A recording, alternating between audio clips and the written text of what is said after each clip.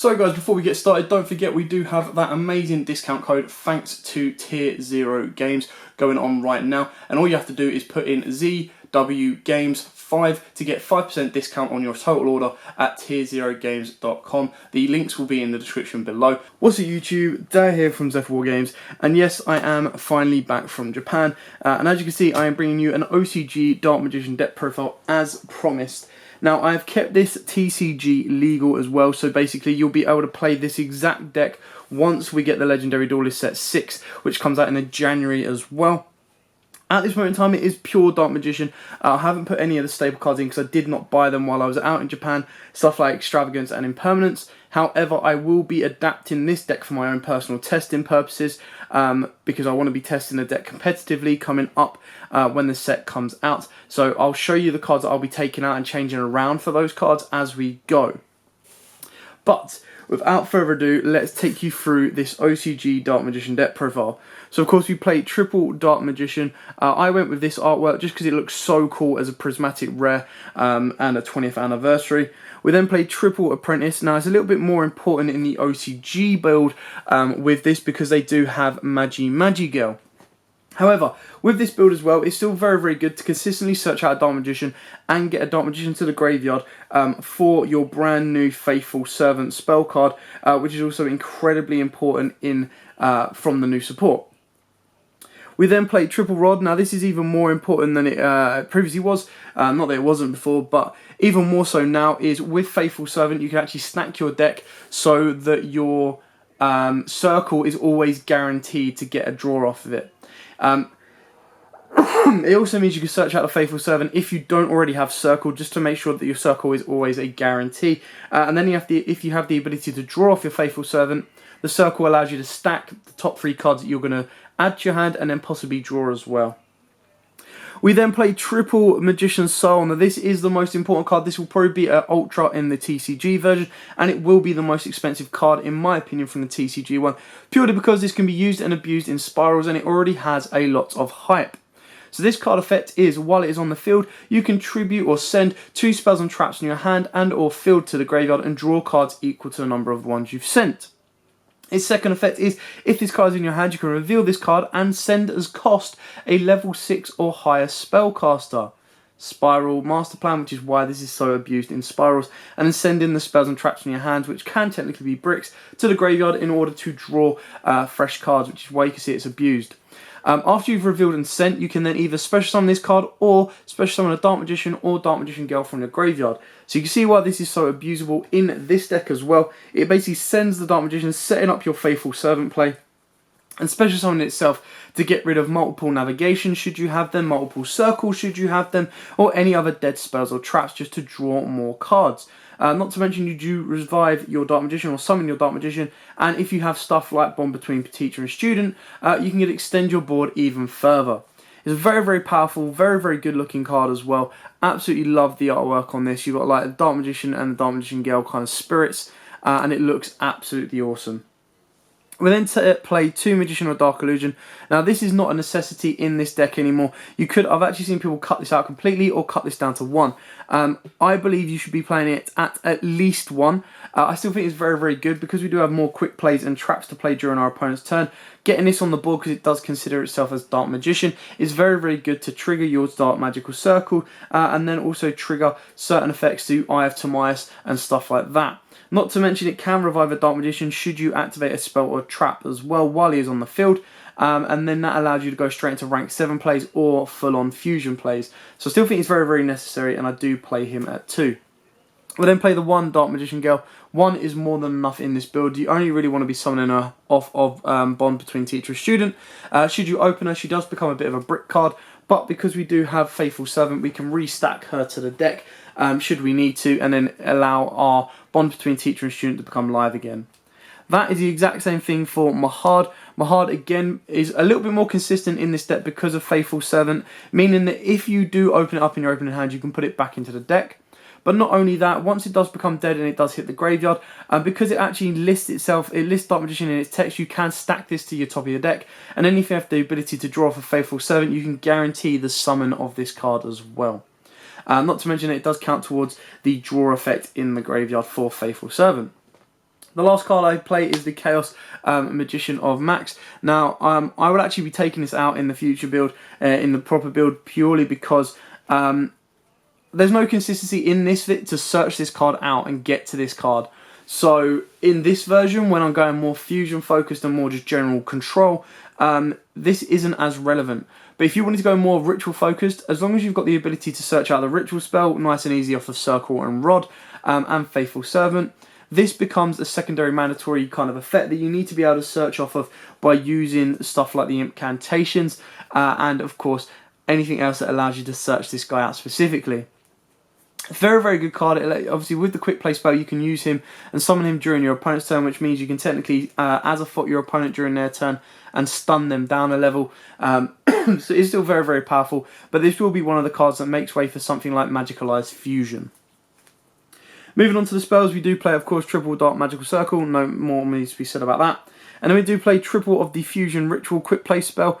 Now, I've only got 2 targets that this can actually make in the extra deck, and then 1 in the main deck. So this can easily be cut down to 2 because it is searchable as well. So it's another card that will make way for a second Eye of Timaeus. But it's very, very good. So the quick play ritual summon or fusion summon using specifically a Dark Magician or Dark Magician Girl means it can be stacked with Faithful Servant, it can be searched off a Rod, and it can be revealed off of Circle. So you've got a lot of consistency for this card. And actually going in for the fusion play, I've learned a lot about this card, is very, very powerful and very, very useful. So definitely play 2, if not 3 of this, depending on where you want to go. We then definitely play 3 of the Faithful Servant. This card is amazing. So you stack a card from the top of the deck that specifically lists Dark Magician, monster or spell or trap, or a Dark Magician Girl, or Oracle Mahar to the top of your deck. Then, in the graveyard, you can banish this card, draw cards equal to the number of cards you control, or in the graveyard with different names from Dark Magician Girl, Oracle Palladium Mahar, or Palladium Monsters, and there's 2 Palladium Monsters at current. So if you do play the level 6, you can draw a maximum of 4. At the moment, in this deck, you can draw a maximum of 3. 9 times out of 10, you are drawing 1, if not 2 cards. If you combo this off correctly, you do have the ability to stack this, resolve Circle, take one of the draws, stack the other 2, then use this effect to draw one of the remaining 2 cards as well. Then I play a lot of one-offs that might actually change as well, is I do have Inheritance. Inheritance, if I put Extravagance or an additional draw card in it like the Spellbook Engine, it's more relevant. Right now, I'm not flooding the grave with a lot of spells that I don't like. I don't want this to be one of the cards I banish off of it. So it's not as relevant in this particular build right now, but I will be changing it around so it does become more relevant. We then have the 1 Monster Reborn, the 1 Dark Burning Magic, the 1 Bond Between Teacher and Student, the 1 Illusion Magic. Again, this is actually less relevant in this version, in my opinion, and can actually easily be taken out for the draw cards. So like I said, going for the Spellbook Engine if you want to make sure that your Faithful Servant is always consistent, or Extravagance, sorry guys, just to add a little bit more consistency to the deck. And then the 1 Eye of Timaeus, unfortunately it is still not searchable because it does refer to Dark Magician as a Dark Magician monster and not Dark Magician specifically, like all of the Dark Magician search cards actually refer to. So I will be bumping Eye of Timaeus up to 2 and putting Magicalized Fusion in here alongside Impermanence as well.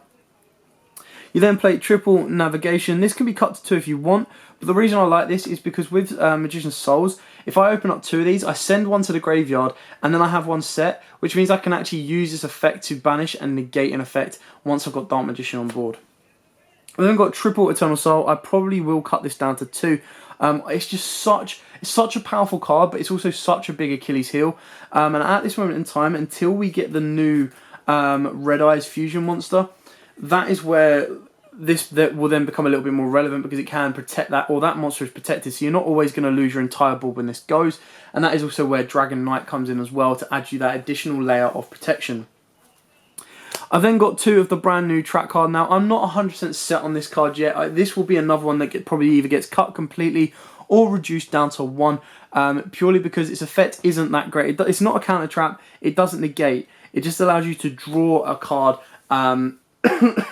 and kind of put additional feelers out on the board. So in my opinion, it's not as busted. It's a cool card. The artwork's really, really nice, but it's not a necessity, so it can actually be cut quite easily. Moving on to the extra deck, we play 2 of the brand new Dark Magicians. I actually love this card. I underrated it when it first came out, and now I absolutely love it. So it requires a level 7 or higher, or I believe it's Dark Magician or Dark Magician Girl plus one other spellcaster. Then it's once per turn, if a spell or trap effect is activated, you can draw one card. Then if it is a spell or trap card, you can set it. If it is a quick play spell or a trap card, you can activate it that turn. So it's just a spell on the field. So if your opponent activates a spell, you can trigger this effect, draw one card. If it turns out to be a Navigation, Eternal Soul, or the quick play fusion or ritual spell, you can set it directly and activate it that turn. If it's not and it's during your turn and you draw into like an Ash or another monster or something like that, it's still an additional draw that can be very, very useful to extend your board, extend your hand, and extend your plays. We've then got 2 of the Dragon Masters. Again, quite straightforward and simple on this one. And then to finish off, I've got 2 Ebon Illusions, sorry. To finish off the extra deck, this is where stuff like Super Poly targets might come into it, the new Red Eyes Fusion will come into it, more Eye of Timaeus targets, Quintet Magician, and more links. So one thing that I'm missing in this deck is generic link monsters, and that's where stuff like Wee Witch Apprentice, Wee Witch will be coming into it, and other generic link 2s as well, just to help extend the board a little bit further. As of right now, the way this deck operates is you want to be using Eye of Timaeus to get into here, and the quick play to get into here. You don't fill your board with a lot of monsters being able to extend into link monsters quite early and at quite pace, but it's still very, very good to kind of play around with it. Now this is obviously only 6 out of 15 in the extra, and like I said, if you go with Extravagance, I would probably triple out on some of these as well. But then you can put in stuff like Big Eye, your Red Eyes Flare, and also some of the other generic link 2s, maybe even move into link 3s as well. Now, I didn't buy all of those in the OCG just because some of the cards were a little bit more expensive than I was willing to purchase for staples that I had in English. So I'm just going to combine the 2 decks so that I can test a little bit more in depth. But for now, this is just a quick little insight into the brand new cards that we got and what a typical build will look like. I'm going to quickly take out the cards that I said that I would probably change out and tell you exactly what I would change them out for. So if I'm not removing all copies of it, for now, I'm just going to show you a couple of options that you can play around with and change these up into. So if you don't take out... sorry, bear with 2 seconds, just get into the last few cards. There we go. So I technically have 7 spaces right here that can easily be bumped up. Now, I would probably be talking about taking 3 out for an Extravagance or additional draw cards. So whether it be a Lure of Darkness or the Spellbook Engine. The Spellbook Engine, in my opinion, probably can take up 3, but maybe even 4. And then you're looking at impermanences as well. So it depends on how you want to play it. I would probably go with 3 Extravagance, 3 Imperm, and a Magicalized Fusion with a Quintet in the extra deck. Now, the Extravagance does clash with your Faithful Servants. You do have to be very, very careful when putting that in and using that as a build. Make sure that you're 100% certain that that is how you want your build to play and operate. If you do not want to be doing that and operate in that sense, which I completely understand, then I would put in the Spellbook Engine, just because the Spellbook Engine can actually help extend your extend your graveyard for your other cards as well, and then can then help you kind of get the draw cards that you need, the draw 2. It does require you to sacrifice a spellcaster, but that's where Rod comes in as additional fodder as well. Well, I hope you like this quick little insight into the deck and the OCG version that I have built. I will try to add the English cards into this and then show you a test hand video as well. And then when the set officially comes out, I'll be able to do a more in-depth profile for you properly, so you can see how Dark Magician will look once that set drops. Fingers crossed we also get the Red Eyes Fusion shortly after that as well. Just because I would like to use and abuse and play that card before the Predaplant link comes out, because then that's where it just gets stupidly busted and everyone else will be using it and abusing it. But for now, thanks for watching. Don't forget to like, comment, subscribe, share, and until next time, guys, as always, happy dueling.